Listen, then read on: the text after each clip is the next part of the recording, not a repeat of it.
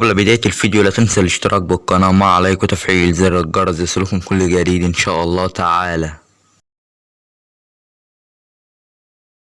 من مباراة برشلونة وريال سوسيداد الجولة الثانية عشر الدوري الاسباني والقنوات الناقلة ومعلق المباراة.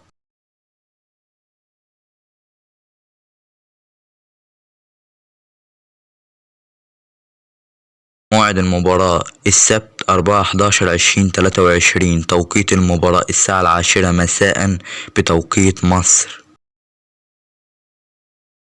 قنوات الناقلة والمعلق قناة بين سبورت 1 تعليق المعلق حسن العيدروس.